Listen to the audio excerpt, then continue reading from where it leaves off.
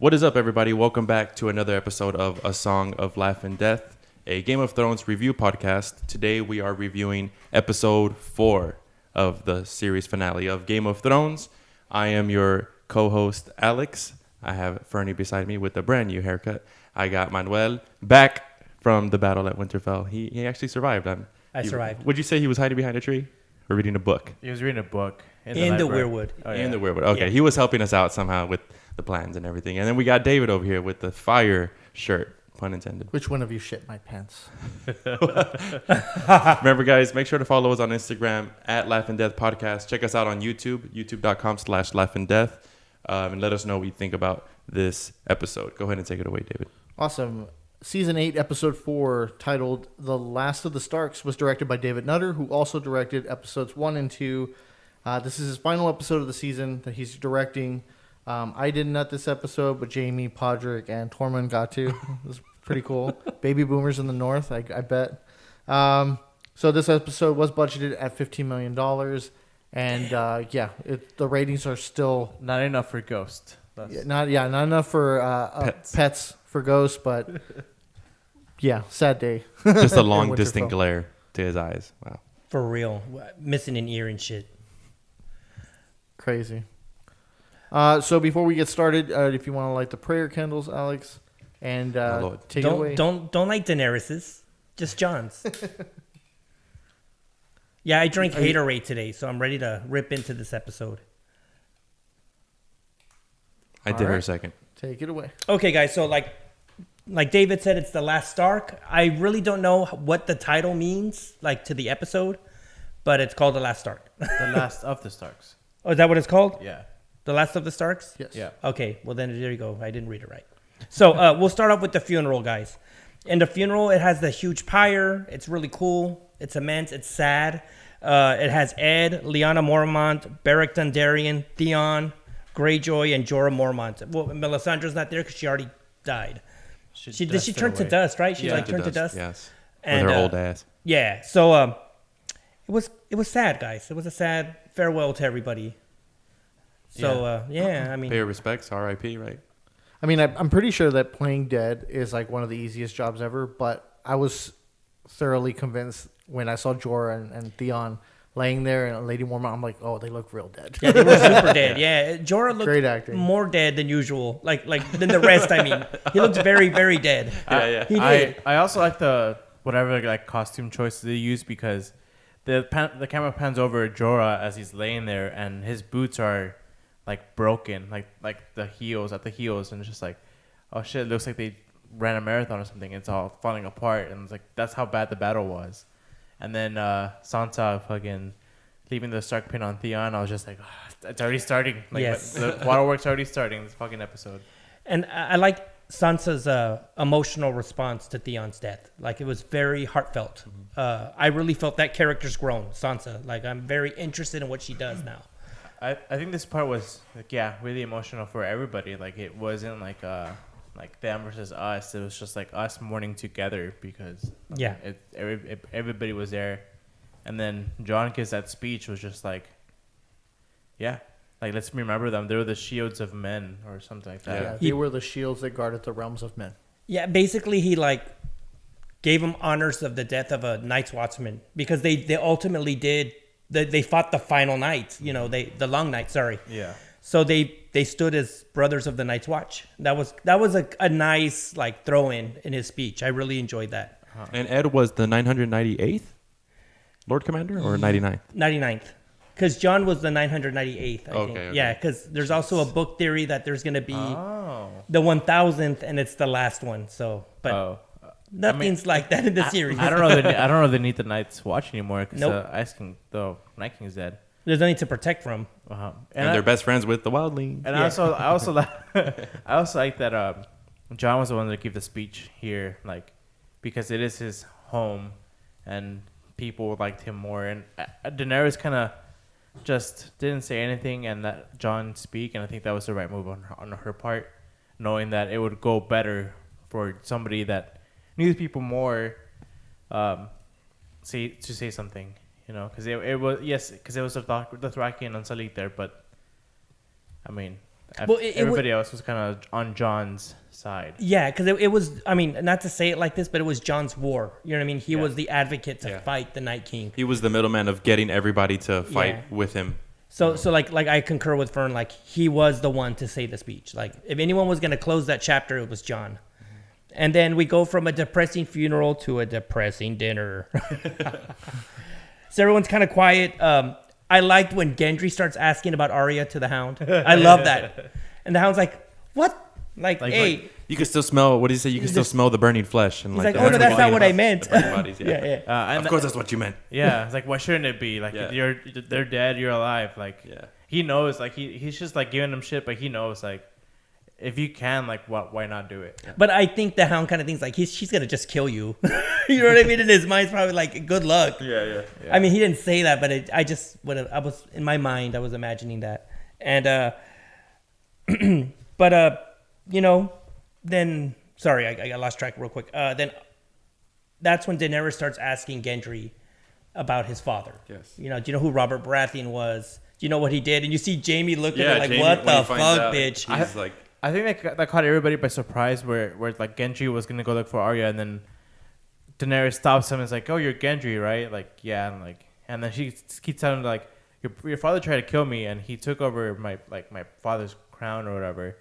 And everybody's just looking around like, "Fuck it, are we starting this really?" Yeah. I was gonna say was to me, I felt like it was almost a miss of like her reigniting the politics in a sense, and people were kind of like quiet because you didn't really know her motive at first, but then it kind of like, you know what, you make you Lord of Storm's End. Yeah.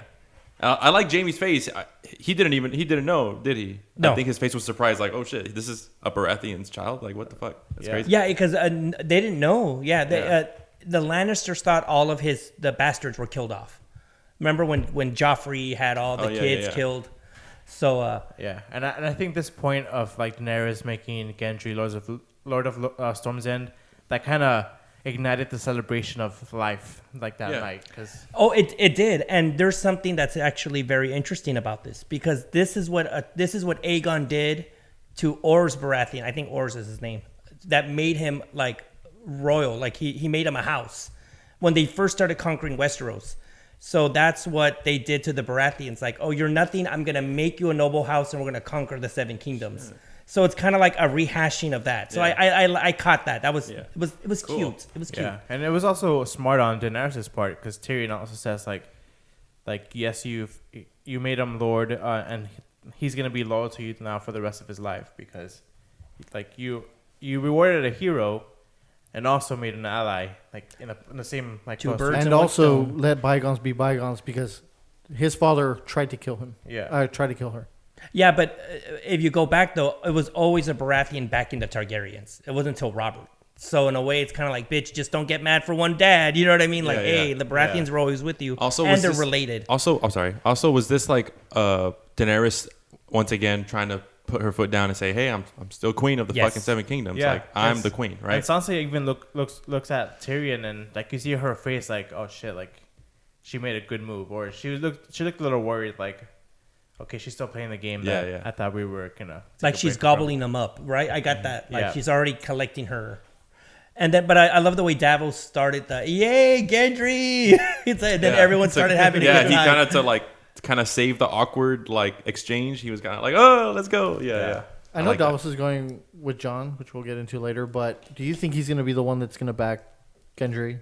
Like, do you think he's going to be able to be his like hand? And I actually thought so. Yeah, like he would be his advisor or hand. Sir Davos to Gendry. Oh yeah. He's always back to Baratheon. Yeah. And it was his uncle that made him noble. And they're both from what? Flea Bottom? They're both from Flea Bottom. They have that yep. relation? All right, cool. That's good. Okay, then the party turns happy and everyone starts drinking a lot. And Tormund gets turned up. I love it. He's all like, let's do this. He fucking gets lit. Tormund stole the fucking show for me. Like that whole sequence of him being drunk as fuck. He was having fun. I think the actor also was having fun with it too, because just super expressive and like spilling. Yeah, and it kind of maybe just him as like a person, like kind of knowing that the show is gonna come to an end at some point. That kind of also adds to the character, so he's just having a great time. That's Like he's that dude you always want at your party. Yeah, you know what I mean. It's like invite Tormund because if not, it's gonna suck. And then I also like the drinking game between Jaime, Tyrion and Brienne, and Podrick, and Podrick. Mm-hmm. He didn't say anything, did he? No, he was He just smiled. He just smiled. Yeah. Face, Okay. He does drink a couple times when they ask questions, but yeah. I don't know if it was like his experiences. He's just like, he just like nods, like, yeah. Go ahead. All right.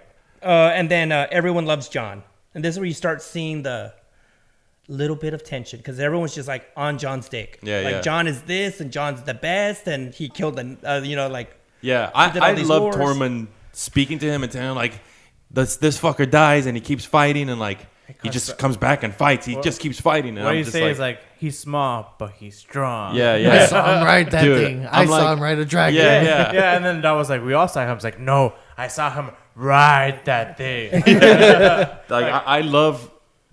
Like it's kind of like it's like the right amount of praise. Like I'm like fuck yeah, this dude, he just keeps fighting and for what's right. I think, and he's just humble as fuck. And he's just kind of there like. And I like this moment because that's when Tormund was like what kind of person rides it or climbs a dragon and fights? Like it's either a madman or a king, and it's as he's saying that it pans to Daenerys. No, it's just the camera's focused on Daenerys, and she's just looking like I'm alone. I feel so lonely. No, but I feel like she was like, really, bitch? Like I'm right here. Like, I fucking ride dragons. I fucking fight. Oh well, yeah. Those are my dragons. No, but guys, I think what the show didn't stress is like. The army that basically massacred the whole wildling population was finally stopped. You know what I mean? Like, it's a big deal. Like, they stopped the Night King, and it was kind of... Daenerys like, and what about me? And what about me? Arya's the true hero, not Jon. She killed him. Yeah. Like, she salutes Arya. You know what I mean? Yeah. Quick little fun fact. In that scene where Tormund's, like, praising Jon, saying that he's strong but little, or whatever, little but strong, there's 3 wildlings in that scene. It's Tormund, and then the 2 wildlings in there are the Double Ds, the producers and the showrunners. Oh, is it? Yeah, shit. so it's David and Benioff and Weiss. Yeah, they're there. And they're just like, oh, that's it. What? That's their only like cameo. I need to go watch it again. I didn't notice them. Like I didn't notice that coffee cup. True. Yeah, I'm not looking at anybody fixed else. it. So if you stream it, like say if you stream it from HBO, it's gone. Yeah.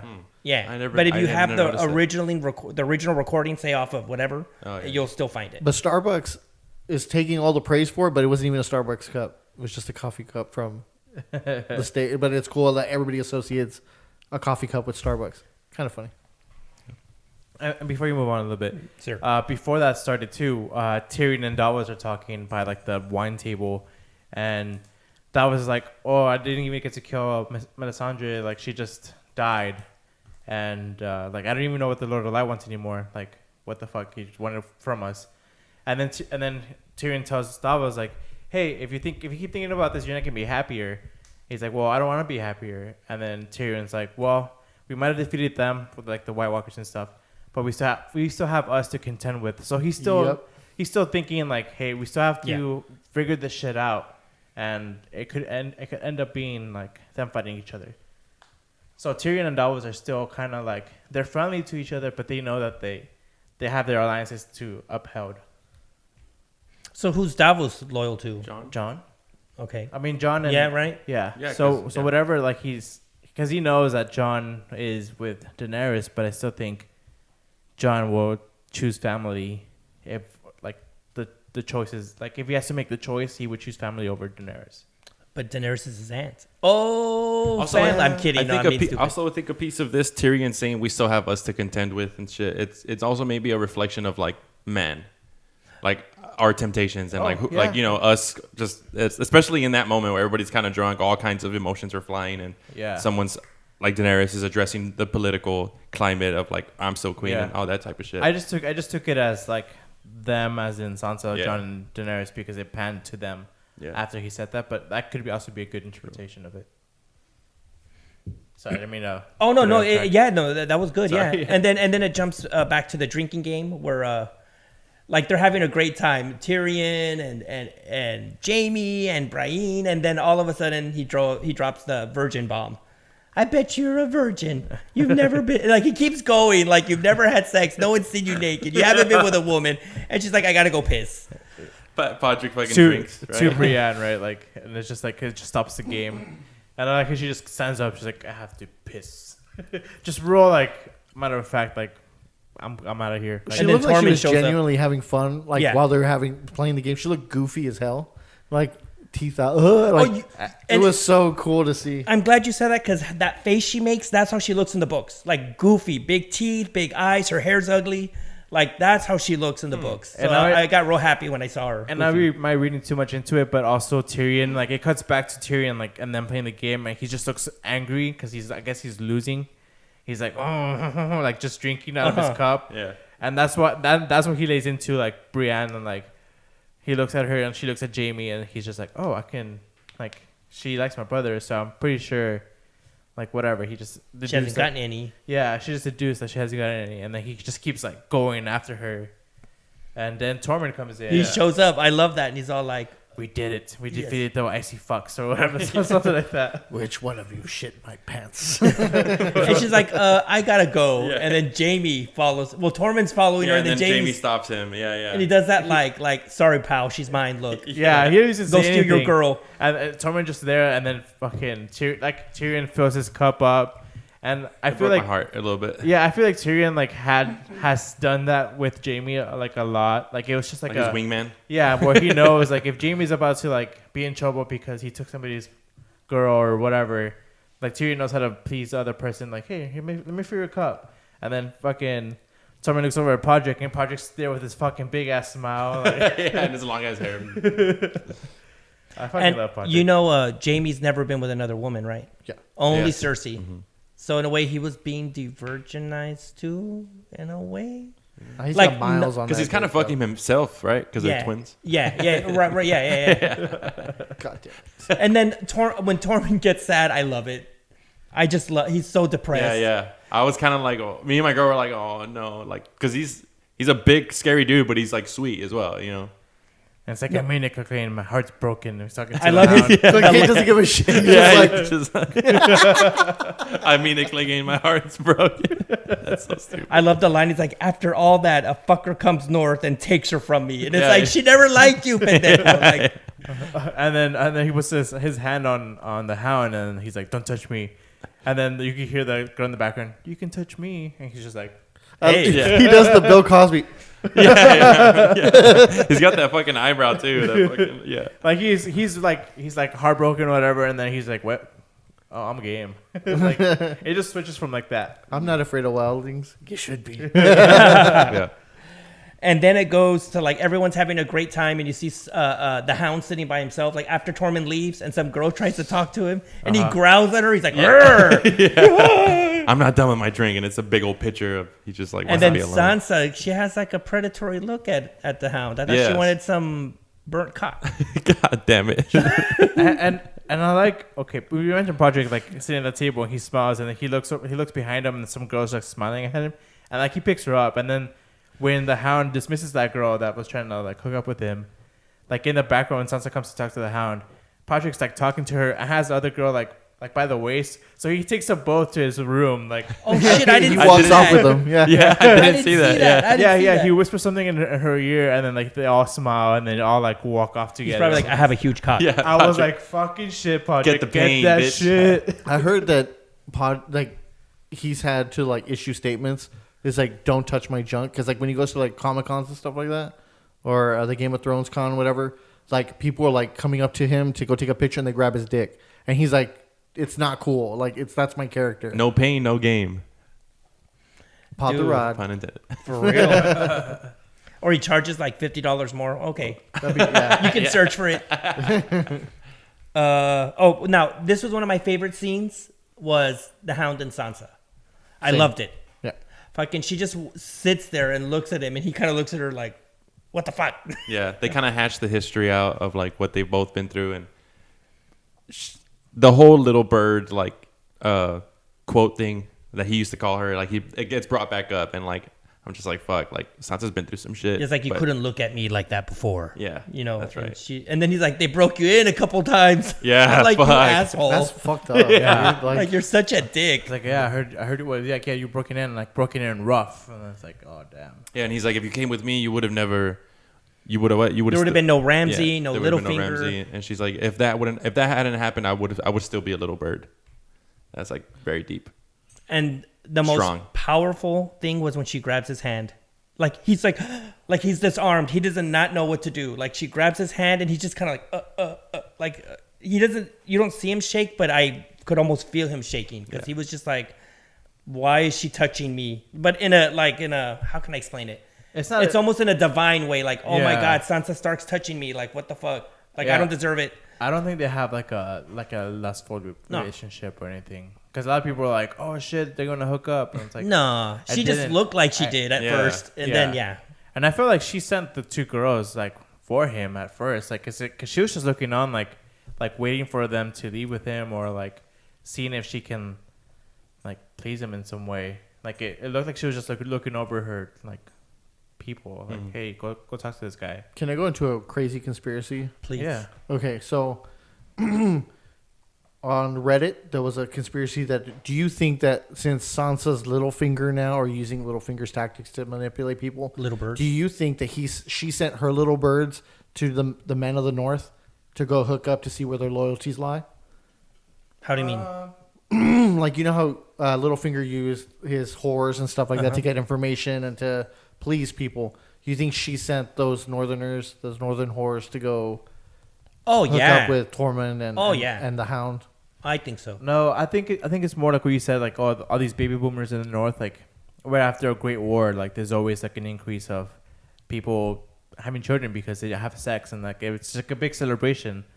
Like even in the Matrix, before they even fight the thing, they had the whole like orgy in the cave. Like, you know, it's just like a trope or something that's proven in history where people celebrate. I say you're both right.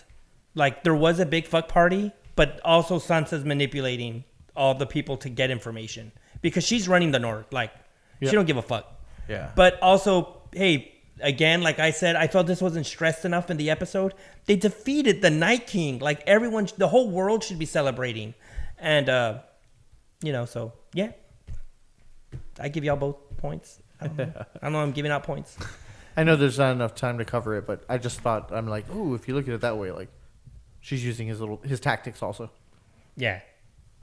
And then we have this broke my heart. When Gendry proposes to Arya, dude. Like, he is so excited to see her. And, I mean, yes, he almost got hit in the face with an arrow, but I loved it. I mean, I liked that interaction, and I loved what Arya did. I know. Turned his bitch ass down. Like, I'm not mad at her for it. I'm just kind of like, Yeah, Gendry, pendejo, why'd you say lady? Because she's right. Like, whatever he would have said, she wouldn't do it. Like, she's not that type of person. She's a True. fucking warrior, you know. She's Do you she's a think nomad? Sorry. Oh, sorry. But do you think that maybe she's still focused on like her list and the people on it that she wants to get it over with, and then maybe after that she might reconsider? I think she's still on her mission. Yeah. But I don't know about the reconsidering. I think her training, she lost a piece of herself. Like that, like loving, kind, like wanting to be, you know, in love with someone. I think that's just gone. Because you see her kind of vague, like this season. Like she's Arya, but she's not all happy with, like, even when she hugs Jon, that one episode, it's real like cold hug. Like, thank you, you know, like stay our family. Like, it's not like a joyous child or hopeful. It's kind of like cold dead facts. Well, I have to kind of disagree on that one because before that it was like a big hug. Like it was like kind of even like running up to each other hug. That's Like, true. And even with Bran, like she like hugged him and like stayed hugging him. Bran was like a little bit more cold, and I think yes, she might have lost some of her like humanity because she's not celebrating. Like she's still training. Like even after while everybody's celebrating, she's still training. And then again, she's like, "Come on, let's celebrate." And she's like, "I am." Like that's her way of celebrating, I guess. But I think it's because she's still on her mission. Yeah, I mean, the Baratheon in me was just sad because I'm like, yes, Stark Baratheon alliance, and it didn't happen. I mean, I love the way he talks to her. He's like, Yeah. you're the greatest. I love you. I can't live my life without you. Like, you're the best. Please be with me. And she's like, no. Yeah, I liked what he said too, but I do also like that she turned him the fuck down. Nope. Well, she says that's not me, and that's a callback from season 1 when Ned tells her, "I want you to be a lady of the North and have kids and have princes and all that stuff," and she's like, "That's not me." So, I mean, but what? Okay, so let's just think about like what happens after. What happens? Like, what is her storyline now? Like, where is she going? Because now more and more like that we're like concluding the season. Like, I really feel like Manuel was right. Like, she's just gonna go west or east, depending on. You don't think she's gonna go back down to King's Landing to? Yeah, I think she's gonna go do that after that. and then Oh, after that. Oh yeah, after that I think I think she'd just be a nomad and just kind of Yeah, she's going to leave. wherever she needs to be, she'll be. I think. You know? Yeah. See. Cool. And then after that, we have the sex scene. Well, you don't see between Jamie and Brian. Sorry, go ahead. Go ahead. No, yeah. So they finally get to the room. They meet up, and it's so hot in the room, and she's like, "Well, of course, because in the North you have to leave a log." And then he's like, "I fucking hate the North." She goes, "It grows on you. I don't want anything growing on me. I need to take the shirt off because it's fucking hot. Let me help you." Jamie hit that audience of fuckboys in this episode. Yeah. He's a hardcore douchebag in this. Yeah. Fucking asshole. I heard. I mean, I was reading a bunch of Reddit comments, and then people were like, "Wow, the writing was so bad during the scene." It's like, it's not supposed to be this romantic thing. Like, Jamie's being full on fuckboy. Like, it's probably not even hot in that room, and he's just like, "Oh my god, it's so hot. Let me just take off my coat." Yeah. And then it's like, "Oh, you know what? It's still so hot. Let me take off my shirt." And then once Brienne's I mean, he's also like, we have to drink. We have he just wants to fuel himself to stay in this mood. yeah. So I'm just like, there's no love. But I think I have to disagree. Not sexual I think love, he is like- in love with her, but he doesn't understand why because he's always been in love with Cersei. I think he loves her, but he's not in love with her. Yeah, maybe. He just like I think genuinely there's a cares line. about her, but he's not like romantically in love with her. So you think it was more like a favor to Brienne to like lose her virginity? I think maybe a mixture of that, but I think he's just drunk. And after a battle, like I think he's just drunk and wants to fuck. Yeah. Like if Cersei was dead, like say she was dead or gone, he would be with her. He would be with Brienne. Yeah, because I think he loves her. Like, He loves her. He just can't. Like when I said, he can't compute that in his head because Cersei's been all he's known. And on a side note, really quick, in the books with the nobility, the most undesirable woman is Brienne of Tarth, right? And the most desirable man is Jamie. So it's funny how they get together. I like that. It's a little side note. And then I call this part Dany ruins everything because I think Daenerys ruins everything. She just fucking ruins everything. Well, it starts off and I'm like, oh, everybody's fucking tonight. Everybody. I thought we were gonna get like peeks into everybody's bedroom, like a quick montage, and Pod's just fucking like, getting his Slanging Like that shit girls out are to lined his- up outside of his room and shit. Gendry's outside in the hay, just stroking his hammer because nobody wants him. Lord Varys alone in the dark, like somewhere. Scissoring on a pole or something. I thought we were gonna get. I was like, everybody's fucking tonight, and then start making out. I'm like, fuck yeah, and then takes a turn for the and they worse. get together, and I really thought they were gonna like, I don't know, kind of figure something out, right, together. It's like they start kissing, and oh, you're great, and then John's like, ew, you're my aunt, so he backs up. Ew, you're my tia. Yeah, and yes. And then she starts with the whole like, I wish you never told me, She's like, I try to forget about it. Yeah, and- you have a better claim. It's me. I'm Daenerys. Blah blah blah. You see, and this is what pisses me off about her. She's all about Targaryen restoration. She was all about her brother becoming the king of the seven kingdoms. But then now that it's her, I mean, like she finds out Jon's actually the true heir, and she doesn't go with it. So it's like it goes against everything she was fighting for. Like the rightful heir is Jon. Do you think it's because now after all the shit she's been through? Yes. It's because of that, right? All the different steps that she was taking to try to get to this position, and then some guy is like, oh, I'm actually the fucking true heir. But it's the bitch. guy Like, she's in love with. So like, if she was smart like she has been, she would like, let's get fucking married. Let's just get married, and then. I think it's because if you get married, people will see the king as the primary ruler, and then the queen's like there, of course. But she wants to be the primary one. I think John would have done it. Yeah, John would have been because like, even you there, know he what? says he doesn't even want it. Yeah, like, you know what? Let's get married. I'll fucking go to the north. Like, we'll be together. Just let me leave and go do shit, and you can run the fucking He kingdom. can be the diplomat. He Yeah. can go take care of all the politics stuff, and then she can just rule. Yeah, and then she fucks up because like she begs for a promise from him. Like, That's right. please Don't don't tell tell anybody. It's not like promise to love me or promise to stay with me or let's make us important. No, she's like, no, fuck you. Keep the secret. It's petty as fuck. Yeah, she's like, a petty bitch. And she goes from like begging and like almost crying to like just cold and like demanding. yeah. She's like I told you what to do. Like, And from what we find out from John later on in this episode, it's like telling the kid, "Don't do that." He fucking does Yeah. it. Well, he's Ned Stark's son. He was raised by Ned Stark, so he's gonna.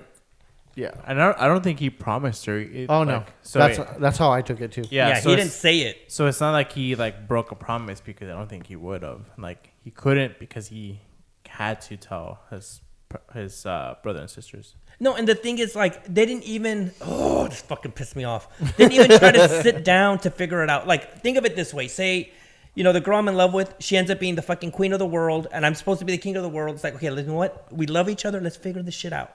Maybe we'll do a marriage. Let's figure it out. Like, she's like, no, fuck you. I'm going to be the queen, and I have dragons, and I don't have an army really anymore, but whatever. No, But- fuck you, bitch. Get out of here. But I think it's Hate also like John him saying like I don't want this, and Daenerys knowing that he doesn't want the throne, but people still follow John no matter what. Like Varys and Tyrion mentioned later on in the episode, but they're like he just always people are attracted to him. Like it always happens. Can So someone be too humble? I mean, Fuck, dude. So Daenerys like knows that John's gonna be loyal to her, and like he's gonna be like, oh, she's my queen, but nobody's gonna listen to Daenerys when they want to follow John. They need to go watch fucking Conan, the first movie, and remember the fucking line that Seth said, not James Olmos, fucking Darth Vader voice guy. He says, what is more powerful, the sword or the hand that wields it? Fucking Jon is the sword. Let Daenerys be the hand that wields it. Se acabó el pinche pedo, güey. Go kill Cersei. Sorry, no, I get fucking pissed. Yes, I agree. It was annoying. See, I'm because drinking Haterade. it was annoying because like this is against Daenerys' character, but if you think about how in love she is with Jon and how vulnerable she is now that she doesn't have a huge army, and how everything she's fought for and everybody who's died for her, like I understand it, I get it now, but I just That's not love then. yeah That's selfishness. No, 'Cause no, if no, it's but, love, like- it would have been like a Find a mutual understanding. Yes. yeah, you got to put yourself in her shoes, and I get it, Yeah. and it's like she's being a whiny. Well, that's what I'm saying. Bitch, Like that, but- she wants to be the primary ruler. That after all she's been through, she's had all these titles, the Breaker of Chains, all these things. She wants to be the primary one, and I know if she gets married, like I said, especially in those times, they're gonna see as the king as the primary one. No matter how much he says, I don't want it. Everybody's gonna be like, you're the John. king, my lord. You're my king. Like Exactly. they will just see her secondary. So, okay, you're right. No, I mean, I'm just pissed. I'm like, No, yeah. that's why she should have married him. Exactly. You know? I don't know. Oh, okay. Yeah, because it does make sense in a vacuum. Like why not just do that? They're all together. Everybody loves each other. It's all good. And then have a kid, and there's the heir. Y ya, se acabó el pedo. Targaryen restoration. But I didn't write the episode. Okay, so now we go to battle plans. Now they're in the room right after. I don't know what room it is, but they're in a big room to like plan the siege of King's Landing. And Daenerys just wants to go and destroy it. And She's impatient. As always. Yeah, as always. And Tyrion. And as always. As always, like, why are you going to go kill the people you're going to go protect? Yeah. You're And going to Harry go John. against everything you said you wanted to do. Every Yeah. time. It's like it's the same. It's just the same thing every time. And then they have tension with Sansa again because Sansa's like, hey, let's rest up. Our troops are hurt, and like they're still Sansa's know, right again. Logic. Sansa's right again. And she's like, no, we're gonna go now. And John, being the diplomat he's like, oh well, we made a promise, so we're gonna do it. And No, what he says is like our allegiance is the North aligns himself with Daenerys, so it's kind of yeah. like sorry guys, I shit in your boots. You know what I mean? And I like the look that Arya gives to Sansa when like Jon steps up and's like, "Oh, we're gonna feel our allegiance," or like we're gonna say that. And Arya just looks over at Sansa like, "We need to talk," and they do. No, she makes that face. New target. You know what I mean? Like we're taking her out. But yeah, I really do think Sansa, like, yes, like they're both playing this game where Sansa's right of them taking the time to rest up and stuff. But because I feel also having Daenerys around kind of makes her, gives Sansa more chances to find weaknesses from her. Yeah, no, she's trying to make Daenerys look bad. Like she is. The difference between the two is Sansa's kind of like, just leave the North and we're cool. Like, we don't want you here. But Daenerys like, no, you will succumb to me. But yet she didn't do that with Yara. Like, okay, you can have your own island. It's like, no. Well, no. I think because Yara is kind of like, their land is Nothing. It's significant compared to the That's North. true, because the North is like half. But then you can only live in half of the North. You know what I mean? Like, their land is insignificant, and then also Yara's a woman, and she's kind of buying into like, oh, there's gonna be a woman queen. Like, she's kind of buying into that thing. Yeah, so because maybe right now she's not worried. She's worried about Sansa, but not Sansa being ruler. It's more of a Jon thing, right? Yeah, that's true. And I don't believe for a fucking second that they lost half their army. Who? We find out they lost half. They their say, army. yeah, they say we lost half. The Dothraki half, the Unsullied half, and I'm like, that's bullshit. No, they lost more than half of the Dothraki. Yeah, They said half. I know. No, I mean the new call. You're you right. do see some Dothraki Well, there still.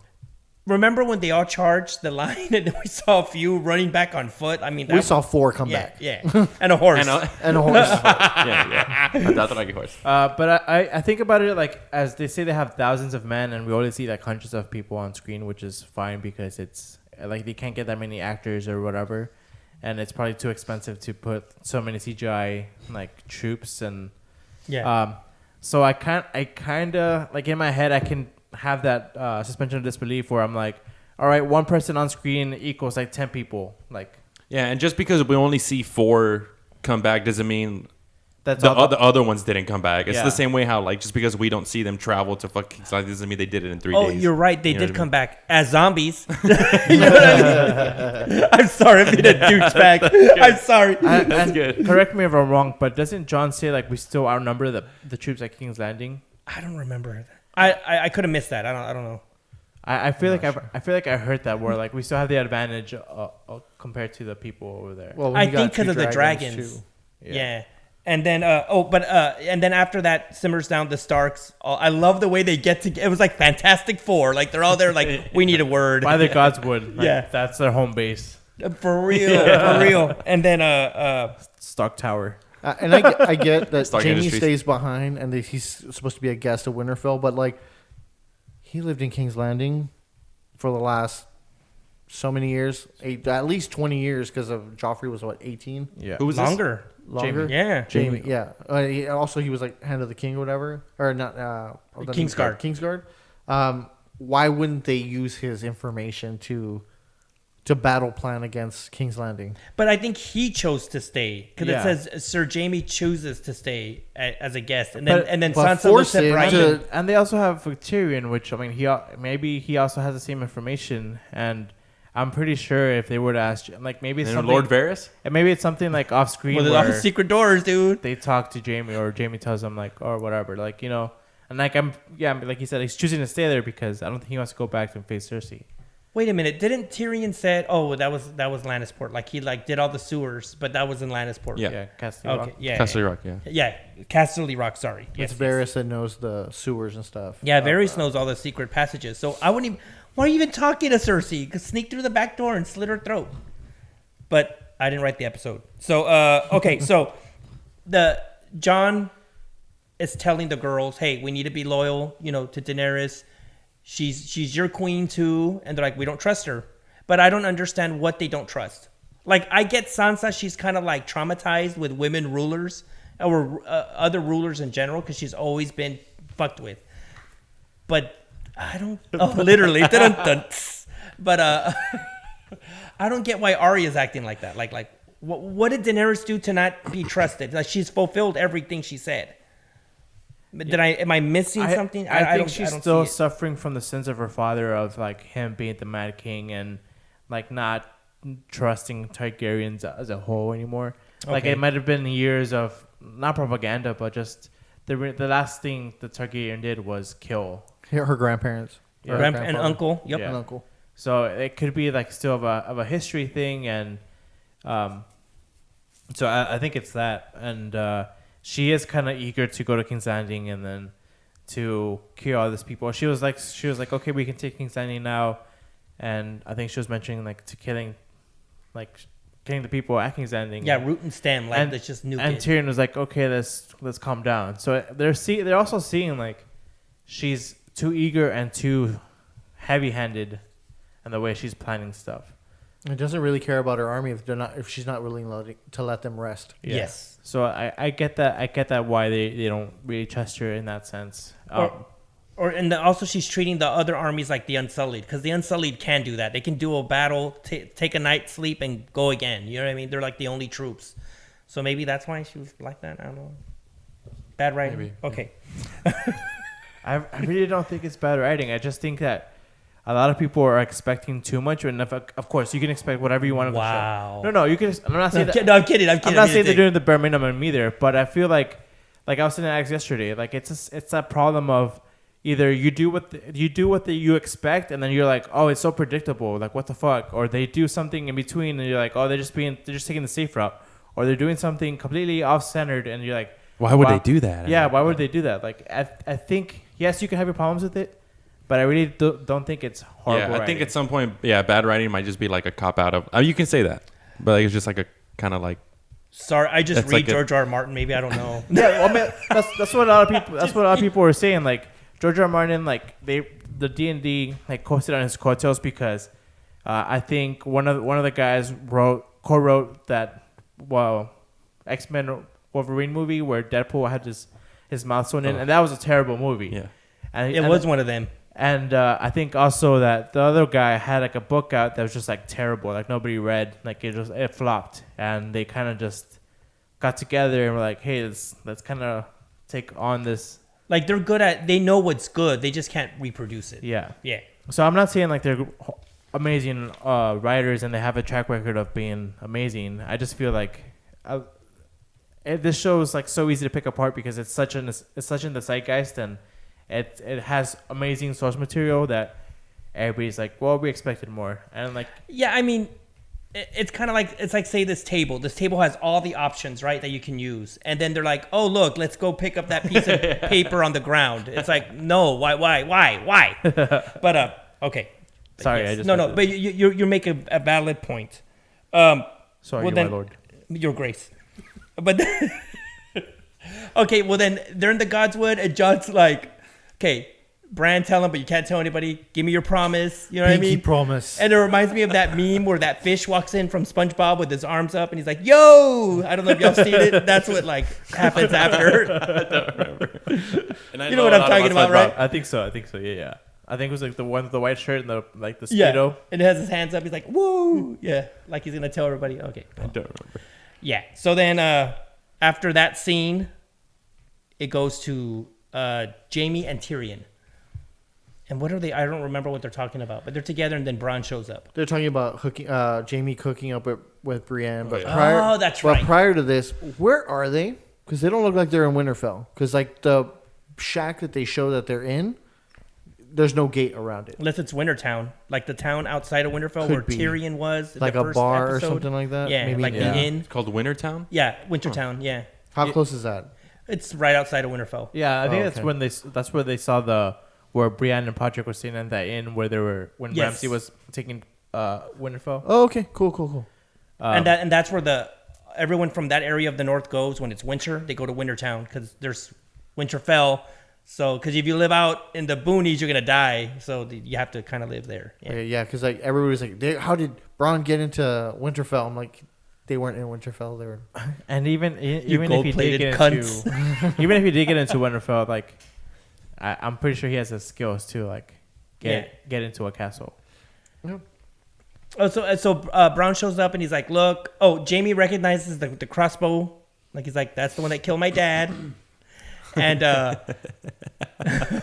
That's the one I killed my dad with. I was like, why do you have that? You know. Yeah. And Braun's like, look, you know, you're 2 sacks of gold. You gold-plated cunts. You know, your sister wants you dead, but I know your sister was gonna die when I saw those dragons. So what are we gonna do about it? What? And then Tyrion's like, remember that deal we made? It's like, if anyone offers you to kill me, I'll pay double. Yeah. And he's like, well, what's double than River one? High guarded. Yeah. And he says it real like high guarded. There's a lot of Jamie fucking goosenecking like in this What fucking you episode. offering? Yeah, what the fuck? Oh, I just took all the money from there. Gendry Baratheon, high guarded. I know. Fucking like, oh shit. And we know that Braun wanted High Garden like last season. That's right. Yeah. Well, he even says, how come I can't have that castle? That's right. That's right. So it makes the deal sweeter for him. It does. And a lot of people were complaining that this was like out of character for Braun. And I was like, no, that's totally in character. Yeah. Like, I liked it. He says he's a cutthroat, and he's just like, I think he's already tired of the whole fighting for this guy and not getting paid, fighting for this guy and not getting paid, and just being like, hey, I'm going back and forth here. Like, I just want to stick to one thing, and that's it. Like, he still has, because he still threatens him. Like, if you don't win, like, I'm still gonna kill you. Or like, or he kind of And something. Jamie like that. also kind of like tries to call his bluff, and he's like, you won't hurt us, and he shoots the arrow right next to his head, and he's kind of like, okay, this guy might not be fucking with us. And he punches Tyrion in the face. I know. Like, he broke my nose. I punched a lot of noses. What did he say? And I didn't break your It's nose. like, I know how it sounds. Yeah, I've been breaking noses since I was your height. that was good. So yeah, he has that. He has that insurance of if Tyrion and Jamie and all them like win, he gets Highgarden. And if he doesn't, he kills them and he gets River Run. Like, so he's playing both sides, and he's like pretty much set. He's just into real estate, dude. Yeah, and he says like, I'm done fighting, but I'm not done killing.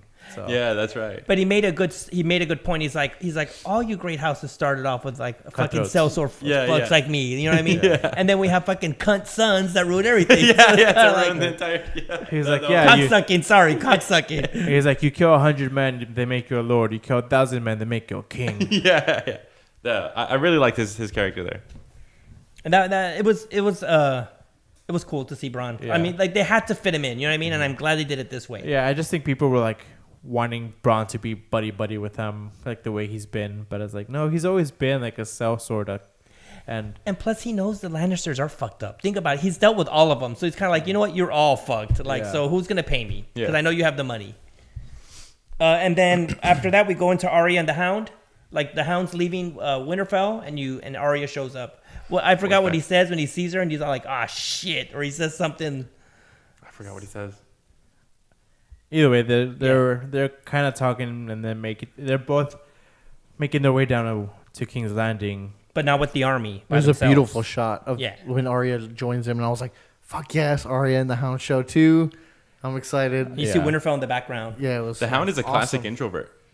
Yeah. Only likes talking to people he trusts. So I Yeah, like him because for that. he tells Sansa like when they were that on that dinner thing, or he's like, what makes you? I think she's like, what makes you happy, or what's? She says something like, and he's like, well, like it's none of your business, because he's in the back of his head, he's still thinking about his brother.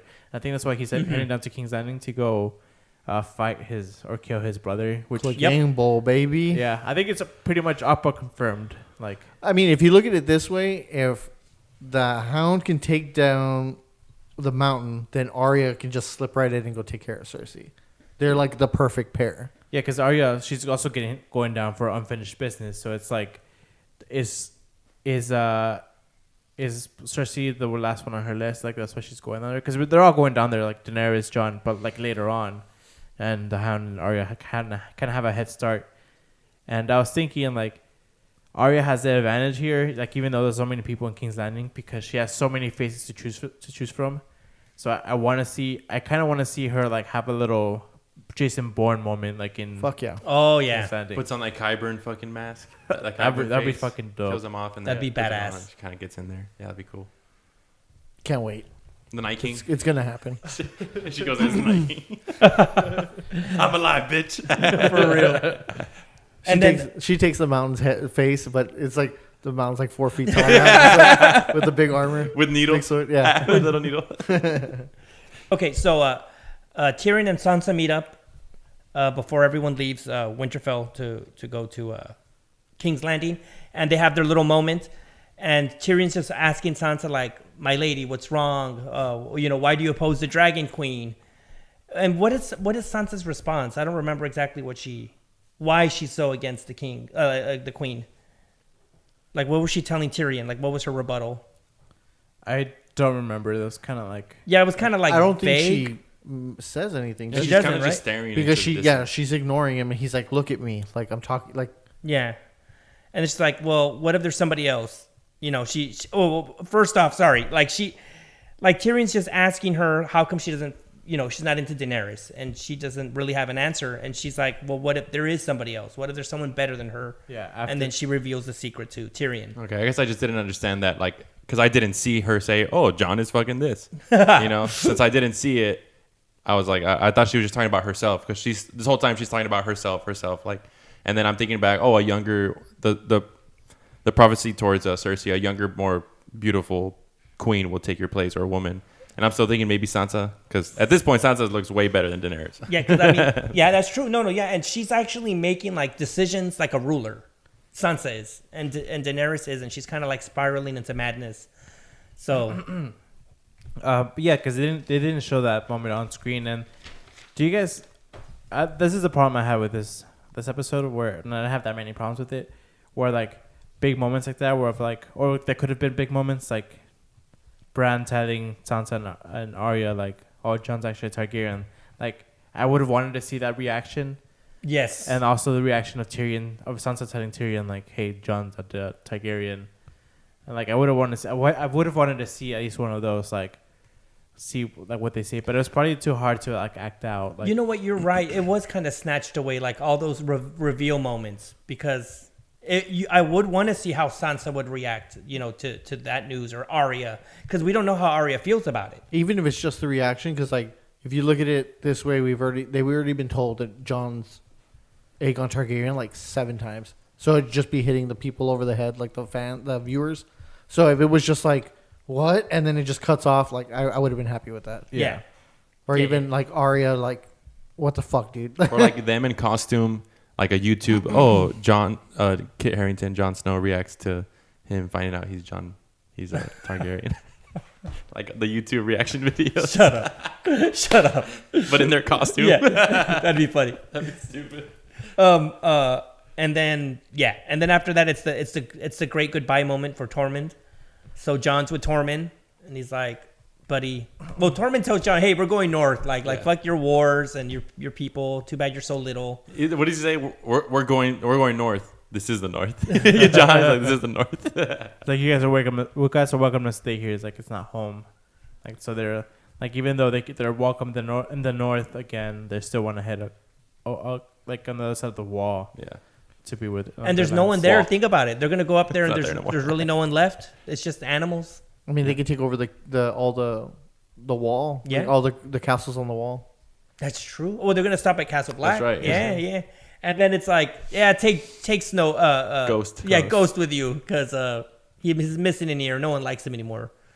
But I'm Poor just kidding. baby. Yeah, poor baby. Not even a pet. Like, Dude, you've the been a CGI, good It's boy. too much CGI, dude. I mean, No. David Nutter did say like it was too much of a CGI thing, and like I guess it makes sense. Like if you're already doing dragons and all this other stuff, and like the whole season has to deal with fucking thousands of White Walkers or like whites, and you're just like, I'm just laughing because it's not. he can't pet a dog on the head, but he can ride a fucking dragon. Exactly. Yeah, but I think it's just on the bottom of the priority list. So I give him a pass for that. And like, come on, is your season really ruined if the fucking Jon doesn't pet the dog? Yes. Yes. I like the memes of it. Like I like the memes of it. The trolls. It's fucking Oh, stupid as dude, shit. yes. But like, it's just to make people fucking Him on the triggered. ballista ghost, Yeah. like with the.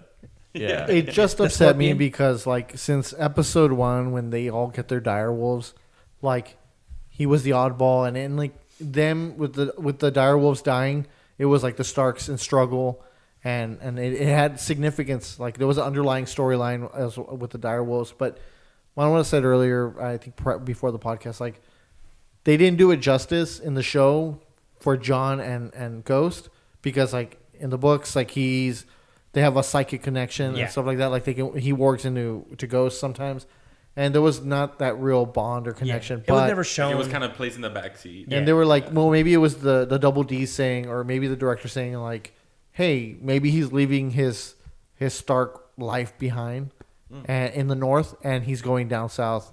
I didn't think of it that way. I think you're right. Yeah, so, yeah. I mean, there's little subtleties there, and I would have liked a little pat for Ghost, because he's been through a lot. But it's the way they bookended it. I wish there was a little bit more, just a little bit. Just a treat. So you think he's a good boy? Do you think this is the end of Tormund and Ghost in the show? I think it's They're the gone. end of Tormund, Ghost, Sam, Gilly, Gendry, Brienne. No, maybe No, not Brienne. Well, if you think about it, Tormund. I don't know if we're gonna see. I think we might see Tormund again, because he says, "Oh, we're gonna wait until the winter, the bad winter storms are over, and then we're gonna go back north." He's gonna be in Castle Black. not Castle Black, but he can be in Winterfell with Brienne. No, because he said he's gonna pass the winter in Castle Black. Yeah. Oh, okay. I didn't hear that part. So, and Gilly and Sam, where are they going? No, that's what I was going to ask y'all. Do you think they're going to Hornhill to I go think take so. over? Because like he's not allowed back at Because Oldstown his anymore. mom and sister are alive. Oh, and there's Gilly's pregnant. and Gilly's pregnant, and there's no wall. There's no more Night's Watch, Yeah. so he's free. He's free. He's new got heir? the true heir. Yeah, that's awesome. Imagine some criminal knows there's nobody there. Yeah, send me to the wall. Okay, I'll go. Do Stupid. you think that little Sam, like 30 years in the future, little Sam, or 18 Like years in the Crasher's future, son? yeah, little Sam and the actual trueborn, they're just gonna like kill each other over Game of Thrones part 2. because he's like, dude. you're just a wildling, I'm Yeah. a trueborn, and just like No, you're an inbred wild. I think Sam's a little too like not soft. I don't say soft, but like too like loving for that. Like I don't think he's gonna be like, yeah, you're just a bastard like the way. Oh no, but his son will.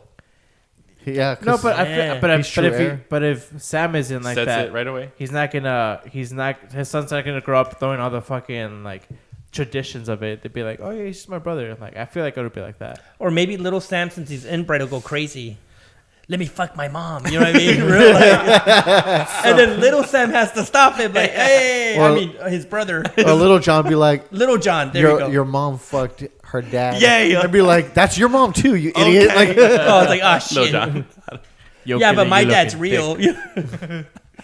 Okay. good shit. Nice. Okay, so then, we see Gilly is preggo officially. She's just not hiding the ham hocks. I under take the it bed. back. I'm sorry. No, she was still eating. I know she was eating turkey legs down there. She's dude. eating for two. While everybody else was like scared. She's like, oh my god, gotta eat for two. Okay, and then we get another Tyrion and Varys, like plot again. Like I do think this is bad writing. I'm sorry about Varys because it's. Well, maybe I'm confusing the book with the show because in the book he is such a Targaryen restorationer, like he wants the Targaryens back in power. But in the show, it's just like he wants the people to be protected. So I agree with his argument. Like she is a crazy bitch. We need to put Jon on the throne. There you go. And Tyrion's abiding. He's standing on her side still. Yes, right? This whole but exchange. he knows Jon is good for her. Like he's like he can temper her and calm her. You know, like.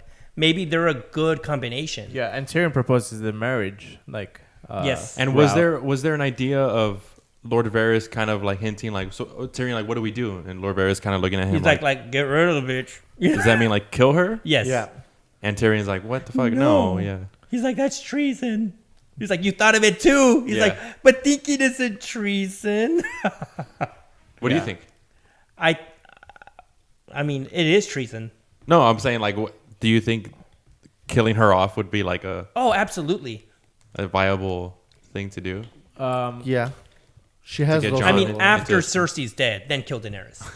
Okay. I mean, real little finger. That's how we rule the Seven Kingdoms. I mean, there's not.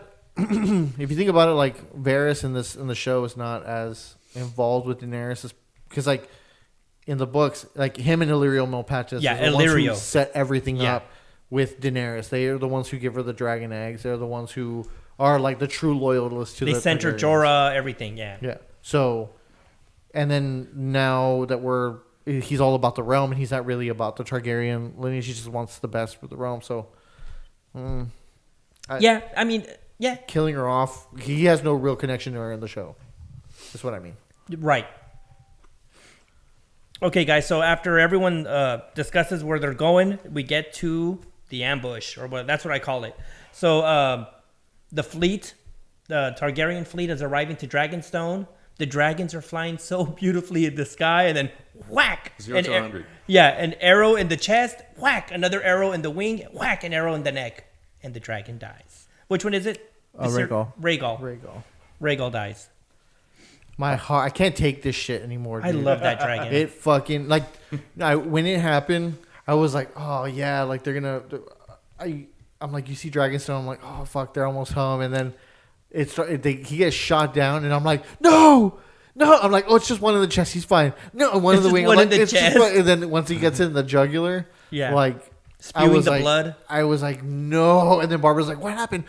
She comes out from the dining room, and she's like, what's going on? I'm like, they killed my dragon. Yeah, me and my girl were just chilling, like, watching, they're going to Dragonstone, and then you see that, and you hear the screech, and we're just like, oh, fuck, what the fuck's happening? Like, we were just riding on a ship, like, fuck, I don't know where, like 0 to 100. I liked it. It was good. They don't show it in the show, but on the making of these new arrows or the scorpion things that they're using to launch, when they launch it, the gravity causes the tip of the arrow to open and spiral, that when it hits, it tears a hole through anything it's in front of. So they don't show it, and it's kind of like, and I did see like on Reddit that like weapons experts were like, that wouldn't work, and also like scorpions would not travel as far, like miles. But a ballista will. They're bigger. Well, but the type of arrow, like the aerodynamics or whatever. Yeah. Well, that's what. Like I think I saw some people complaining on Reddit like a lot, where they're like, how did Daenerys not see a fucking fleet in the middle of the fucking ocean, and they were just hiding behind a rock? Like, wow, like such a great like strategic mind, and blah blah blah. And it's just like, I mean, you have to understand, like, Daenerys, like, they just won this battle. They're flying high. She's looking at her dragons flying around. It's like, she's not paying attention. Like, she's tell distracted. those assholes to read history, because when the Greeks ambushed the Persian fleet way back during Marathon and the movie 300, what the Athenians were doing were exactly what the Greyjoys did to the Targaryens. Like, they were hiding between like a rock and a cliff, because you can't see. It's all mountainous. So here, they have this. It's probably like. They're hiding right there. Yeah, probably. So as soon as she turned the corner, there's the whole fleet, so they could shoot at her. And just at a ready, like. Yeah, they're at a ready, exactly. Yeah. So it's not like, and remember, we're thinking with modern minds, and they have the understanding of visibility from like a medieval period. So everything's very line of sight. Like, you don't really. You know what I mean? Like, the way you think about aerodynamics and height is very different from now to back then. And maybe like the probabilities of somebody ambushing you in a different type of warfare. Yeah, and then they weren't even expecting like David was saying. Why would they be at Dragonstone waiting for an ambush? You know what I mean? It was very clever on Euron's part. Like, he knows how to do naval battles. So yeah, I'm defending that scene, even though I hate Daenerys. Yeah, because Euron is like he's like the U.S. Navy in modern times. Like, he's everywhere and anywhere. Like, he can be, because he's the greatest, sailor like Westeros has ever seen. Admiral, yep. So I like this part where, like, it's just surprised, like, everybody gets surprised by it, and people are complaining, like, well, shouldn't, like, the scorpions are not going to pierce their dragon, like, skin. I was like, well, we've already seen it happen once, like, with a smaller one, and these scorpions are, like, bigger and stronger. Huge and mounted. You know what I mean? Like, these fuckers are... And they're also they're 60% larger than the first scorpion that Bronn shot. So that, and like the one that he shot only had one cable holding it back. This one has 4 fucking cables. So it's all that power behind it. It's a lot of power. That's thousands of pounds of pressure per second. You know what I mean? And people are like, why didn't Rhaegar just fly away? It's like, yes, but he's slow. Like, he's injured. And Drogon could have avoided all these. Like, well, wow. They're like, wow, they shot Rhaegar, no problem, but they can't hit Drogon. It's like, well, I mean... Yes, so Drogon's bigger and faster than Rhaegar will like ever be. Like, and we don't know what the process takes to reload this fucking this machine. And then people are complaining about, like, Euron as a character. Like I fucking hated them, like Euron coming in for another surprise attack, and then him being the one that's on the mounted on the scorpion and like laughing his ass off, like like he's just like a crappy Pirates of the Caribbean off-brand Jack Sparrow. And like it's like, yes, he's a fucking crazy guy. Like he's gonna have fun killing things. Like he's twisted. Yeah. He's demented. And of course he's gonna be the one behind like the ballista, like, or like the scorpion firing it, because he wants to have that like rush. No, and that honor. I killed a fucking dragon. Yeah. Euron Greyjoy, the greatest sailor in all the nine seas. And that's what I was gonna say, like, because he talks about he's traveled so many places. I mean, imagine the ocean itself, like balancing your sanity and being a part of this fucking beast called the ocean. You know, you never know. It's unpredictable. So he's been through some tough times. So I think he knows what the fuck he's doing. Now, I do like him. Now, my only problem story-wise with the killing of the dragon is I feel they took away from Jon Snow. Because it's like, he finally got his dragon. Like, it's his proof that he's a Targaryen and the dragon's dead. That's my only problem. I mean, the scene was great. I just didn't like that the dragon died. And it also goes to show what Daenerys' decision-making has like an effect on like, because she, like Sansa could have said like, yeah, let's rest up, and maybe Euron would have still been waiting for them there, like to ambush them, but maybe Rhaegar would have been 100% like strength and could have avoided some of the like the arrows or the big spears coming at him, or maybe they could have like scattered ahead a little bit more and be like, okay, like Euron's at Dragonstone, he's waiting for us, let's take it slow or be safe about it, you know. Yeah. But her hubris of like wanting to get there as fast as she can to mount the attack on King's Landing, like that's what got her dragon killed. And it's also, I think of jealousy from Daenerys' part to take Rhaegar with her and not let him rest and stay with Jon, like because Jon took off later from Winterfell on horseback. So I feel like, I mean, if she would have left Rhaegar with Jon, like, he would have survived, or he would have, you know, been able to be there. Absolutely. But she wanted Rhaegar with her because she didn't want Rhaegar and Jon to continue to make that bond of rider and dragon. Yes, you're right. Now, And go ahead. I love how Euron turns the scorpions over to the fleet. I was gonna say that. Yeah, that was fucking awesome. and that's how they really used them in sea battles back then. Like they would more the Greeks and the Persians, not like medieval naval warfare, but like classical. And Grey Worm yells at Missandei, "Get down in the Get to the skiff." Yeah, and she's kind of there. No, Tyrion was hilarious. I don't know why I loved his scene when he was like trying to avoid him, and then when he just jumps in, bloop, bloop. a little droplet. That one's a little bit more of like him not getting hit. Like every single time he turned around to run somewhere else, like one would come right next to him. He's like, all right, let's go the other way, and then another one. That destruction was cool. Seeing the ships getting destroyed by those freaking arrows, that was awesome. That was crazy. Do you think they destroyed all the fleet, or was it just like half of it or something? I think all of it. I think all of it got destroyed. Yeah, because and then they all ended up on that beach, and Missandei, Grey Worm's looking for Missandei, and she's gone. So I thought she was dead. Like I thought she was dead in the ocean. But we ended up finding out she got captured. Yeah, I had dinner with my parents, and my parents were like, "We thought Tyrion was gonna die. We saw the bottle come down, and we're like, that's it, that's it." And I'm like, and we thought the episode was over. I'm like, no, it was a long like black pause, but I was like, he's not gonna die, like not yet. He fell in the water, you know. He's not gonna die. Yeah, he's not gonna drown. Nobody ever drowns in fucking Game of Thrones. I know this is mean, but when he was running, I started thinking of the Mario song when he runs out of time, like dun dun dun dun dun dun, like dun, dun, dun, dun, dun, dun, and then bloop. No, sorry, that's okay. Great.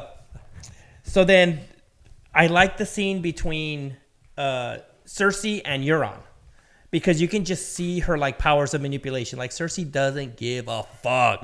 And she's like, the lion will rule the land and the kraken will rule the sea, and then our child will rule them all. And I love that scene. It was so like Macbeth. You know, I'm like, fuck yeah, bitch. Yeah.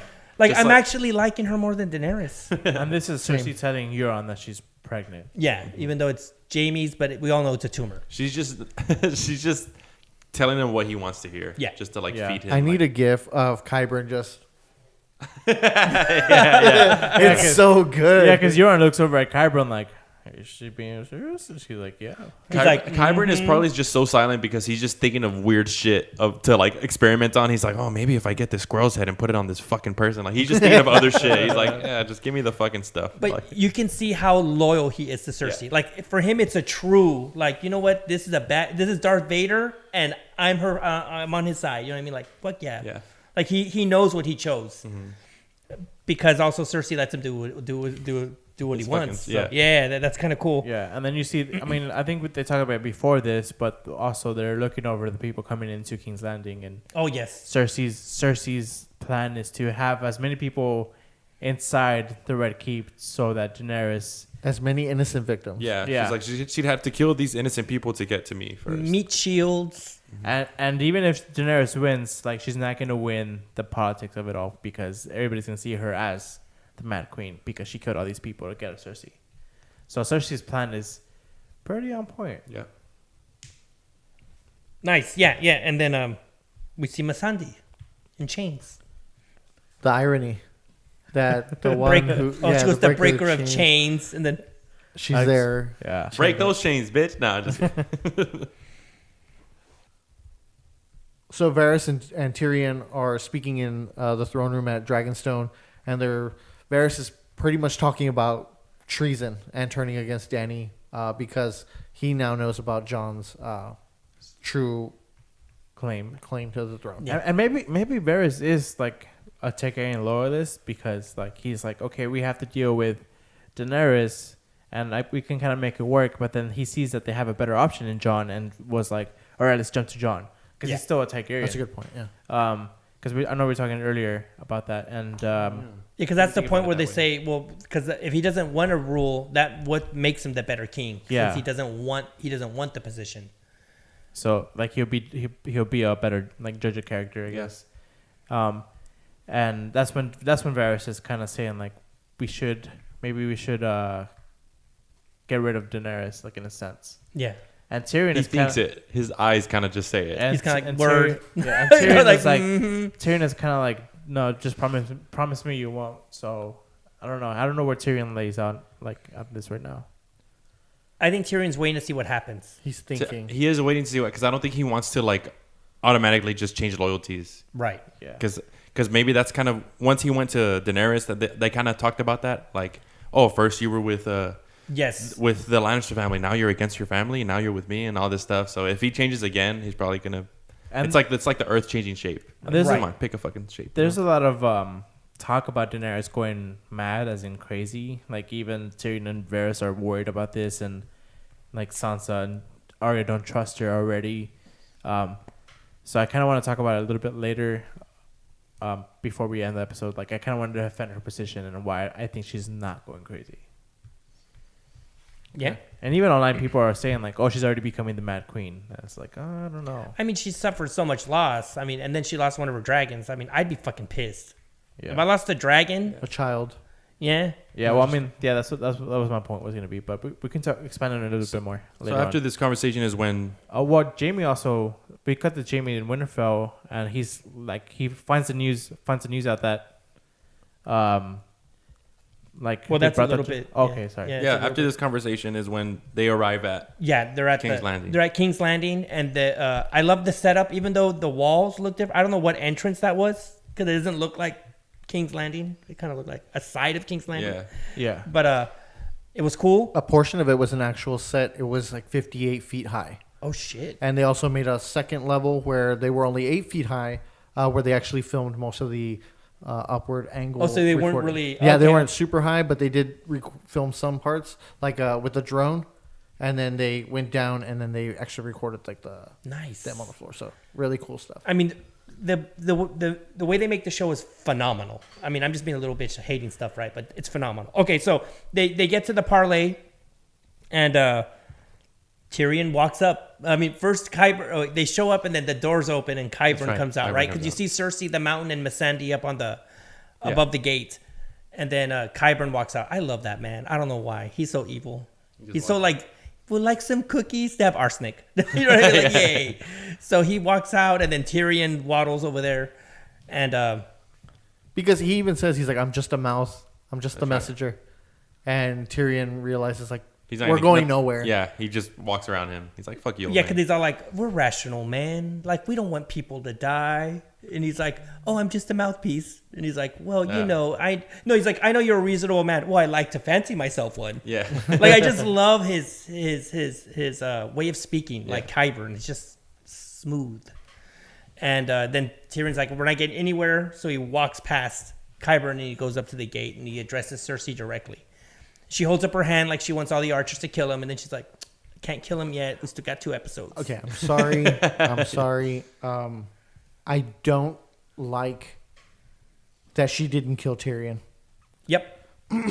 I don't like it because she even sent Bronn out there to go kill him. Yep. Like, save yourself money, save yourself River Run, and fucking kill him. Like, I don't get why she did it. I know she still has sympathy for her brothers, obviously, but I think she's smarter than that. Like, if she can't do anything to Tyrion or to Daenerys. She already has Missandei, so she does what she does to Missandei. So, but like I feel like Tyrion's too important to her, like in a sense where it is her brother. She hates him, like whatever, but it's still that loyalty there, I think. And I feel like if she does anything to Tyrion or anything to Daenerys, and they had all the scorpions like they're on the wall, and Drogon was there just hanging out, they could have easily taken him out. And I feel like if she would have made any moves, it would have started the war, and not on her terms. Like she wants to take it slow. I think Cersei wants to take it slow, and she can't just like Tywin. What would have Tywin done?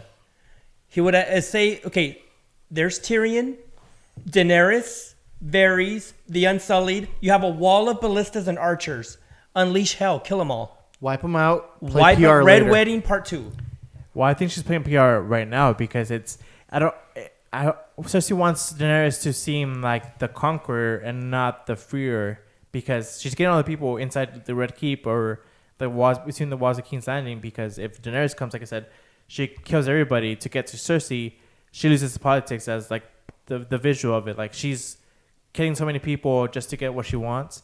And if Cersei starts the war, it's like, oh, she put us in danger rather than she's defending us. But like, the leadership would have been destroyed. You know what I mean? If she would, yeah, exactly. If she would have killed Daenerys and Drogon and well, it's not like the Jon's just Unsullied. gonna like be like, okay, they killed Daenerys. I guess there's no point in going to King's Landing No, anymore. but I get that, but you got to realize that's their biggest threat is Drogon in the back and Daenerys and the Unsullied. and the Unsullied. Which on Everything else on will the scene in that scene, they didn't seem like very many. No. exactly. And then if look you at all wipe the them out- ballistas. Like row of men, row of men, row of men. Imagine yeah. what the population would think. Like, oh shit, she killed the Dragon Queen and her Yes. dragon. Nobody Long can live touch her Cersei. throne. Yeah, nobody's gonna like try and fight her. This is where I want to say one thing also. Like, do you think the reasoning of her not killing Tyrion is like she knows that Jaime's gone? Where is Jaime? Is she thinking of Jaime? Oh, Does she yeah. still love Oh, him? you know what? If I didn't she- think of that. Yeah. If she that's a good kills one. him, do you think Jaime would be like, you killed? I mean, Jaime and Tyrion are really close. Do you think Jaime could be like, I don't love you? Yeah, you know, like I can't. Like you killed my brother. That's you know true. what I mean? Is maybe that a thought in her? That would have as well? stayed her hand. If anything would be that. Because she still loves Jaime. And Like, she has to know. I mean, he probably left without telling her, so she has to know that he fled and like. Yeah. I don't know. That'll probably come out in these later episodes. No, that was you're right. I never thought about that about Jamie. Okay, so then, so Tyrion's like pleading with Cersei, like, hey, I know you hate the people, you don't give a fuck, but you love your kids. Like, why do you want to die?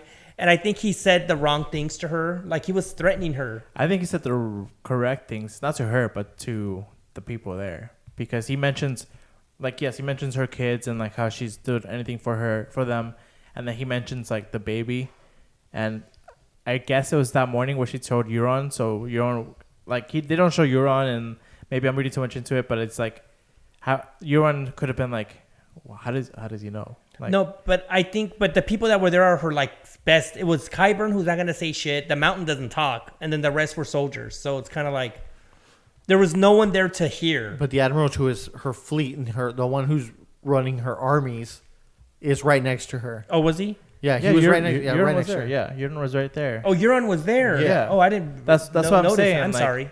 Like, I mean, they didn't show Euron and they didn't show it on screen and whatever. But like, he said, like, I feel like Euron would have been like, what is he talking about? Like, how does he know already? So he kind of figures out if that's what I'm thinking. Like, then Euron would have figured out she's lying, and he's just biding his time to turn on her later on. Yeah, which I still predict is going to happen.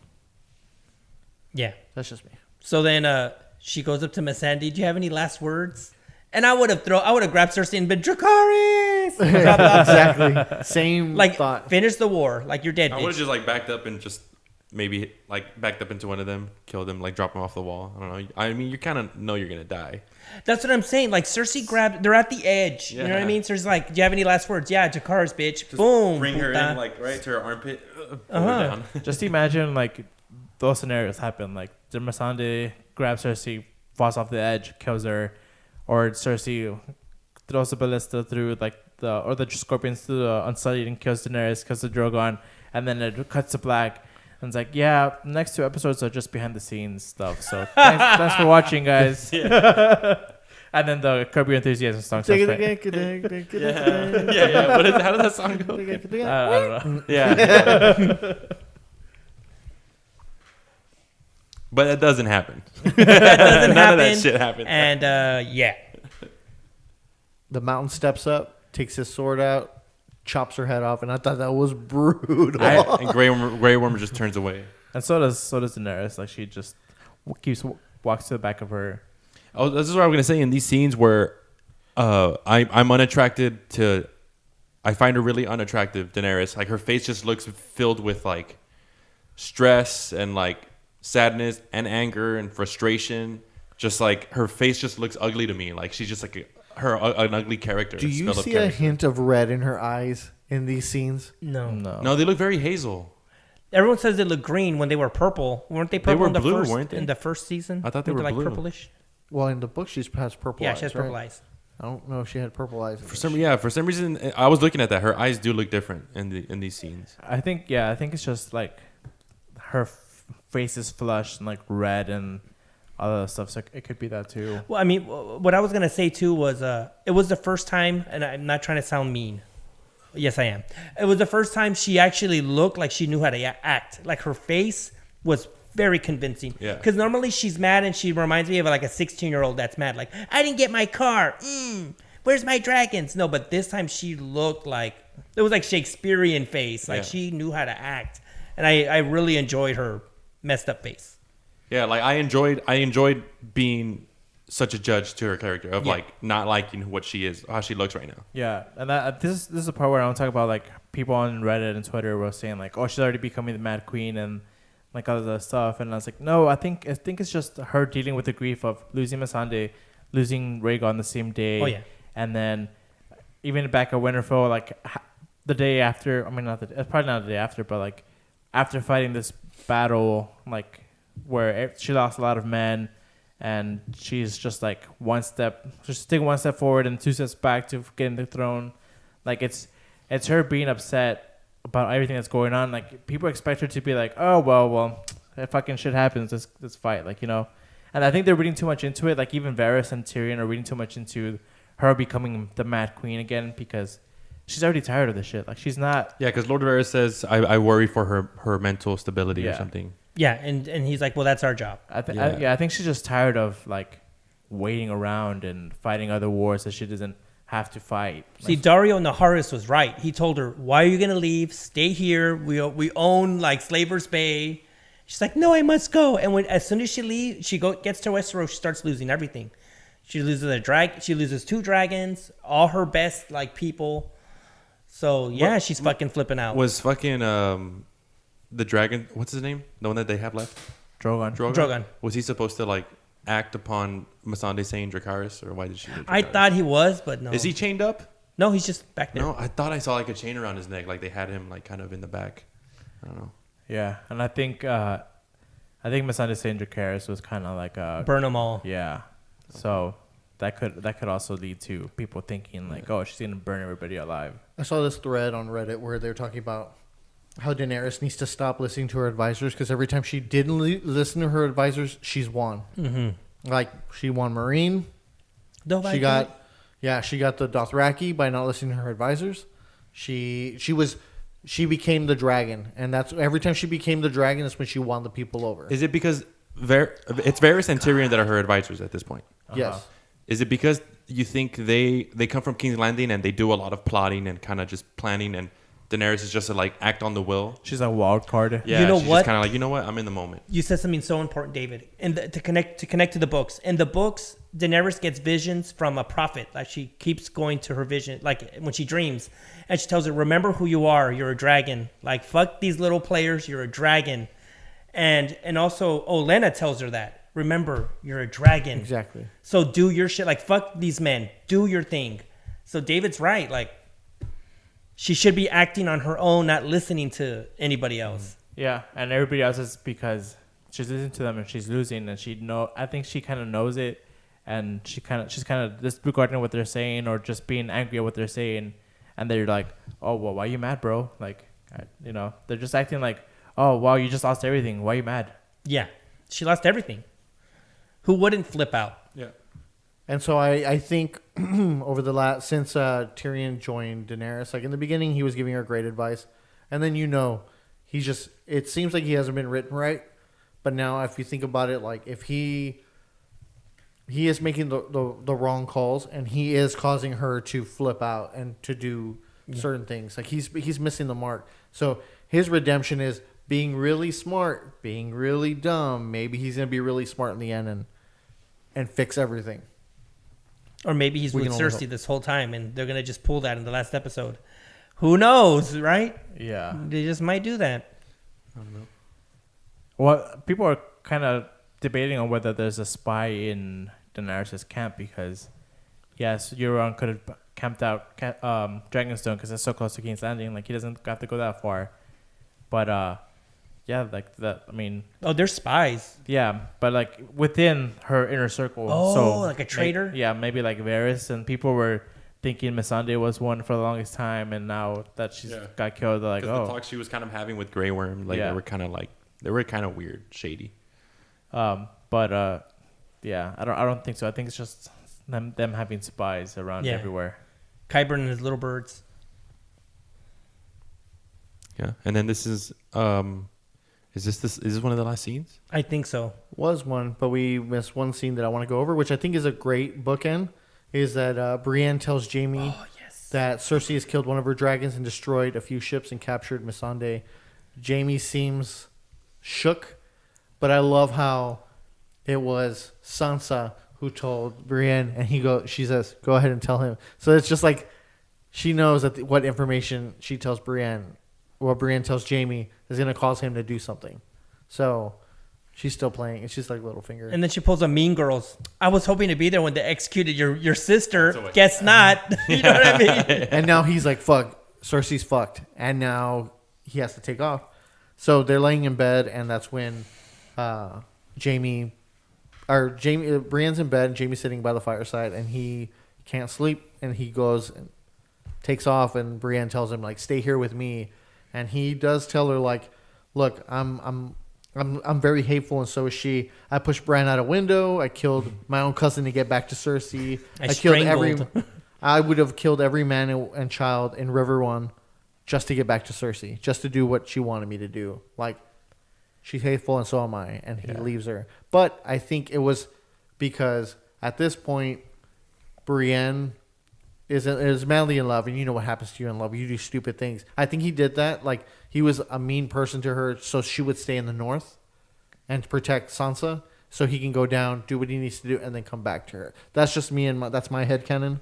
But because Brienne tells him, like, you're a good man, like, you don't have to go, and that's when we know he's a good man because he saved King's Landing. Yeah. Like, But I think he's going to kill himself because he knows, like, this needs to end. Like, Cersei needs to end. I need to end. It's like there's too much bad in the world. And he's the only one that can get close to Cersei. Yep. If there's no other choice, like, he's like, So yeah, I feel like it's a suicide mission, and he has to spare Brienne that grief of losing him by kind of just being like, oh, you're you're not, I'm not good for you. Like, you should let me go. Plus, you suck in bed. No, I'm just kidding. I'm just kidding. And yeah, I mean, Overall, I mean, just to hurt her. I don't know if it's true. Just to hurt her. overall, I really like this episode. I thought it was like a return to form from like previous seasons. This episode.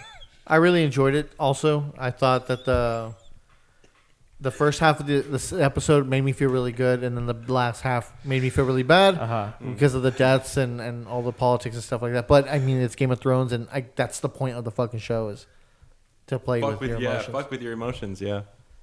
This episode was like Game of Broken Hearts, so it was just like everyone's heart got broken. Yeah. Who gives a fuck? Yeah. Sure. Daenerys, Grey Worm, Brienne. That's why the title didn't make sense to me. Last of the Starks. I'm like, well, who cares? Like everyone got their heart ripped out. You know what I mean? Emotionally. Yeah.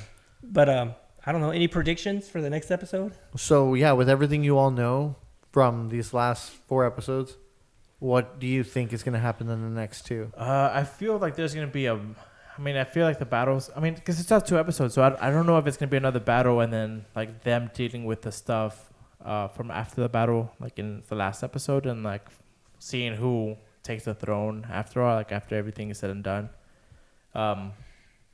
or if it's just gonna be like a Navy SEAL type thing where they take out Cersei, or like like it's not a big battle, but something big happens. And because Amelia Clark posted on Twitter like that. See, episode 5 is one of the most satisfying and most rewarding episodes. And she's like, you all are not ready for it. And I'm like, I get hyped with all that stuff, especially when it's coming from the cast. Nombre. But Fucking selling the show. I think the next episode is the big one. This is going to be before it closes off. I don't think anybody's going to die. Very few people will die in the last episode. I think there might be a time jump in the last episode. Like this is the episode 9. This is the episode 9 of the season. So everything who will die is going to die, and we're probably follow up with and close up all the storylines on the last episode. But I really do feel like this one is like the last one. I just wonder, like now that they're gone from Winterfell, I wonder if Sansa's storyline is closed, if Bran's storyline is closed. Like, I don't know. I'm kind of debating on that, but I think we'll get better goodbyes because we got goodbyes to Tormund and Gilly and Sam and Ghost. Like explicit goodbyes. Like they say goodbye specific to each other. Ones, yeah. Does Cersei die? I think she does. Oh yeah. I think she kills herself. I think she has to die if Daenerys and Jon don't die. One of like whoever wins, the other person has to die. Like they can't just capture them or leave them alive in a cell or something. I really do feel like Jon has like plot armor. Like he's not going to die. I really did feel like he was going to die, but I think he's going to. I think Arya's going to kill Cersei. Yeah, I feel like that's. I think Arya's going to kill Cersei. Jaime's going to flip out, try to kill her. Then Tyrion stopped. Like they're all going to die. Like I think Tyrion, Jaime, and Cersei are going to die, and Arya's going to be mixed in somehow. Daenerys is going to die. Or Arya's gonna kill Daenerys, and then Jon's gonna be like, "Oh no!" and then he's gonna kill himself. Yeah. You know what I mean? I saw this whole like the thing with Arya, where it's like brown eyes was Frey, blue eyes is the Night King, and then the green eyes, and it has like a question mark between Daenerys and Cersei, and I'm like, ooh. I think both. And both. Touching on like the criticism of the season, because a lot of people have criticism of the season. Before the season started, I think Amelia Clark also said like she read the script and like she was walking around London like just aimless and like because she was in shock of how like it was gonna end, and people before the season started like, oh my god, it's gonna be so good, and now that the people have problems with it, they're like, yeah, like see, she had to walk around because she knew how bad it was gonna be. Like it just switches between like whatever they needed it to fit into. So yeah. I need to stay off the internet like after the episodes air because the memes, as funny as they are, they fucking kill it for me. It makes me hate the episode. But I just because like at first reaction, I'm like, great, this was great, and then I start seeing the memes and they really like sway me, and I'm like, I don't know if I can do this anymore. Like it's bittersweet, but I can't wait for this fucking show to end. Yeah, me too. Like I love this fucking show, but I'm fucking over it. I'm burnt out.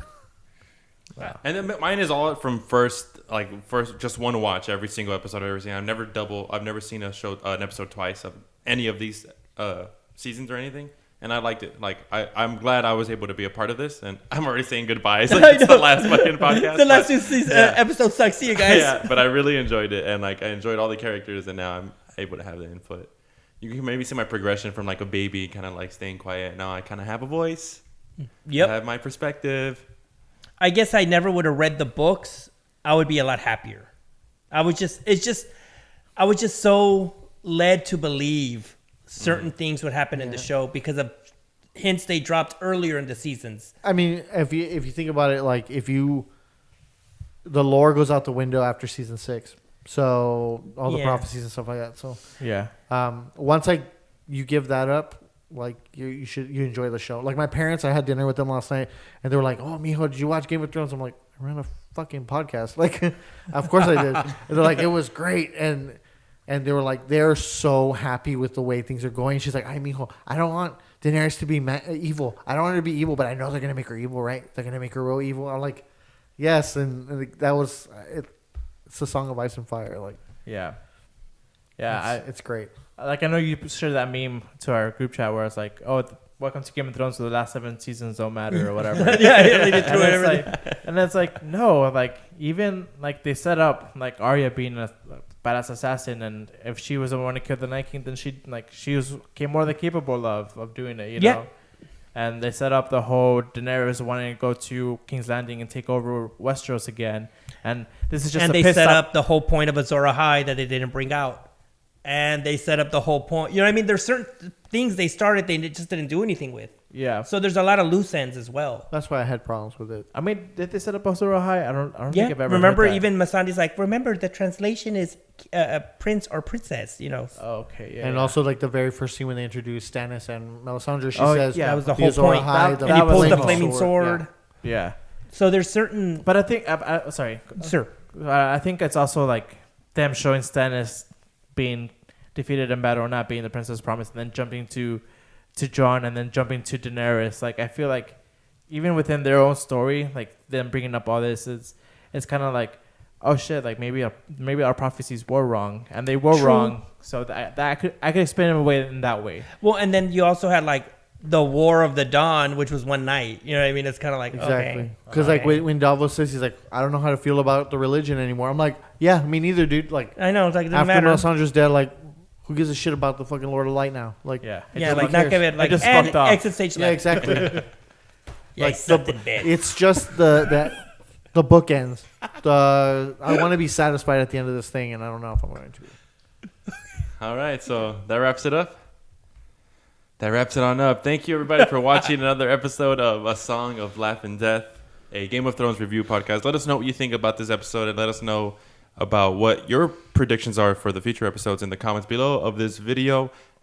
Check us out on Instagram, guys, at Laugh and Death Podcast, and check us out on YouTube, youtube.com/Laugh and Death. Look us up on Spotify and Apple Music, all the good stuff. We're streaming on there. I'm your co-host, Alex. We got Fern. We got the lore expert, Manuel, and we got David. Thank you, sir. Thank you, guys. Thank you for watching.